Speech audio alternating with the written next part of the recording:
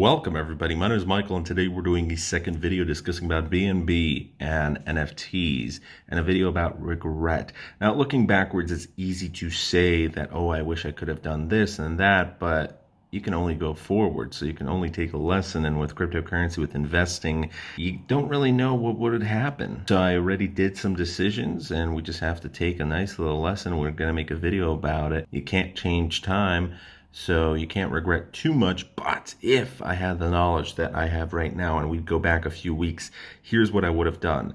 I would have had more BNB. Why is that? Let's go into the vault. And first of all, let's convert. I always convert this, whatever I get, because it changes every month. But so far right now we have this crap, which I don't really enjoy. So let's convert that to a small balance. Yes, there we go. We're going to do Alice. It's something to do with gaming, but I don't really care about that. So we're going to get more BNB. And why does this matter? Because now we're going to go to our BNB vault.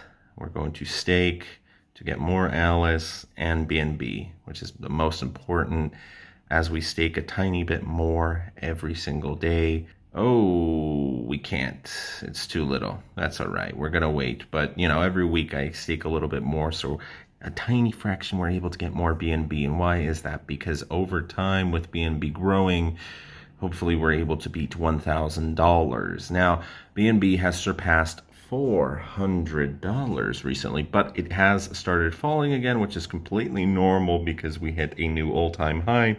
As you can see, 58,600 for Bitcoin, so we've slid down a little bit. Ethereum is doing really well, over $2,100, and BNB numero 3, 396.50, and it's been up 34% over the past week, so not too bad. However, if you look, there we go, we were at $400, $399.70. That's awesome. That's absolutely awesome, because if you go back a month ago, we were at $224.70. That's absolutely insane. Now, my regret is this. I put in $1,500 for a Chad Knight piece when it came out with NFTs, and I put in $500 for a Marius Sperlich piece. Now, both of them did go down, and we're going to be doing a video about the silent crash of NFTs, but the basic gist of it is this. I took a little bit back when I made a video about my $1,000 altcoin portfolio. Still, most of my portfolio is in Bitcoin, which is good, but I overinvested just a little bit with NFTs. I wish I could have gotten something a little bit cheaper, or now that I have this experience, I would go on to the secondary market, because now the Chad Knight piece, if I want any NFT piece, it's always cheaper, because the market is going through a correction, and the silent crash basically means everything's fine until it's not, because people are suddenly racing to the bottom. Someone has to sell because they want money. They were expecting a larger profit. They were expecting it to be faster. And then someone else sees, oh no, now they're going into a loss, but it's only a loss of a few dollars. Well, who cares about that? I'm going to lose $10. And let me try and undercut him. And then a third person sees $10, well, let me lose $20. I don't want to lose the whole $1,500 that I put in, and suddenly it's a race to the bottom where you have 50 people trying to panic sell and no one's buying. There's no liquidity because it's not that liquid, such as with BNB, with altcoins. Now, of course, if you go into a very risky altcoin or a very risky DeFi project, of course, there's always going to be low volume. And that too will be very difficult to sell at the price, at least, that you want it at. It's always going to be a little bit lower.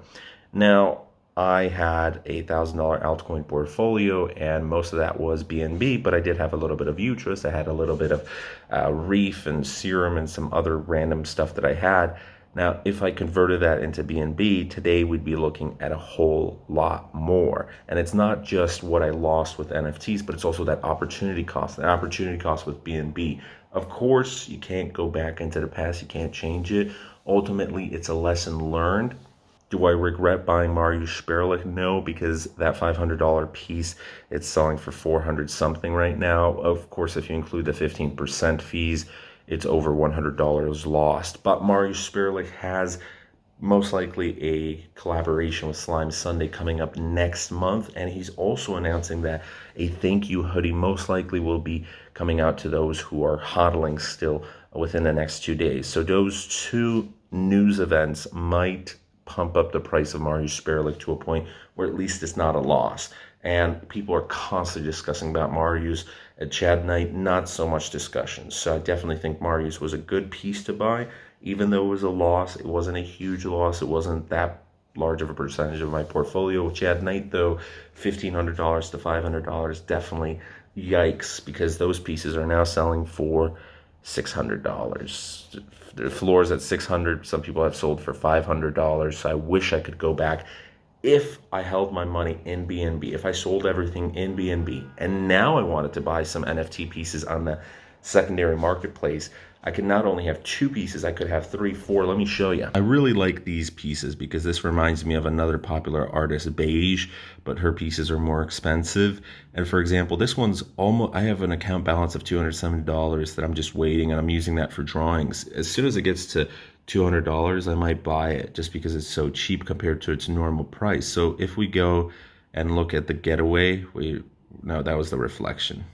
There we go. The reflection was selling for $350, and this one's for $235, which is a huge loss for the original person, because after 15% fees, he's going to get less than $200. Now, of course, I think it's still going to continue going down. And for example, we're able to look at my pieces. Here's the Marius Sperlich. This one's selling for $410. Now, this guy did it really smart, because if we look at the account history, we see that he purchased from someone else for $250. This person purchased it for $550, sold it for $250 minus 15% fees. So this guy took a huge loss, and he must have liked the piece because he still has a Marius Sperlich, another piece of his, in his portfolio. And no, he doesn't have it in his portfolio, so that's weird that he has a profile picture of it. He must have sold a few. But this guy purchased for $250, and he's selling even at $410 for a profit. So I wish it's so much easier to make a profit if you're undercutting everybody and going onto the secondary marketplace. Now, of course, you have no idea that this would have happened. There are also issues with NFTs where, for example, the Chad Knight pieces are still not numbered. This is weeks later. It still says edition 9,999, even though there's only 105 pieces. Why did I choose Chad Knight? A lot of people were discussing about him, and some of the moderators, some of the staff at Nifty Gateway still believe in Chad Knight, and all his other pieces are profitable except this latest collection. So that means this latest collection was just priced too high, and the secondary market values it for what it's really worth right now. It could mean in the future it goes back up. Maybe it's not going to be a solid loss, but even if I get all my money back, there's not going to be profit, right? Now, if Bitcoin goes up, if the BNB that I'm currently holding still continues to go up, if Ethereum still continues to go up, which I do believe they will continue because we're still in a bull market, I'm not getting more NFT pieces, only maybe possibly a third one if it's only from a drawing or it costs less than $200, because that's how much I have my account balance. I can't really withdraw it anyways without a bank account. Can't do much with that. So my only hope right now is to hopefully win a drawing that could offset the approximately $1,000 loss or so. Now, of course, on top of that $1,000 loss, you still have the opportunity cost of at least $500 to maybe even $1,000 because of BNB's growth. If I had an additional $1,500 in BNB, who knows what would have happened. And we had withdrawal fees, we had transaction fees to get that altcoins and Bitcoin. I also threw in a little bit of Bitcoin to get the money for the Chad Knight piece. We had to withdraw, we had to transfer, so that was an additional $100 altogether. Potentially a $1,500, $2,000 loss right there. But, you know, again, you can't really change what has happened. You don't really know what's going to happen in the future. Again, maybe it pumps up.